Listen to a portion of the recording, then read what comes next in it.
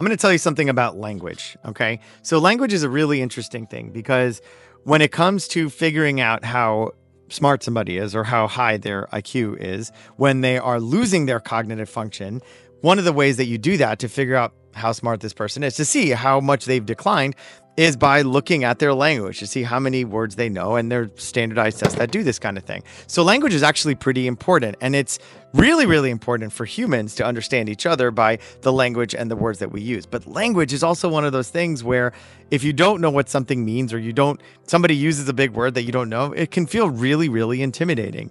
And I've been in many situations where I've been around people who've used very strong words. And when that happens, you feel like you kind of just don't belong because you are not that intelligent. But here's the thing you have to remember about language. Sometimes people hide behind language when they don't really have anything to say. Sometimes people just use big ass words, but they're not actually saying anything, right? And it took me a really, really, really long time, and I'm more time than I'm embarrassed to admit, to not feel as intimidated by language. And that's because when I heard big words, I didn't shudder.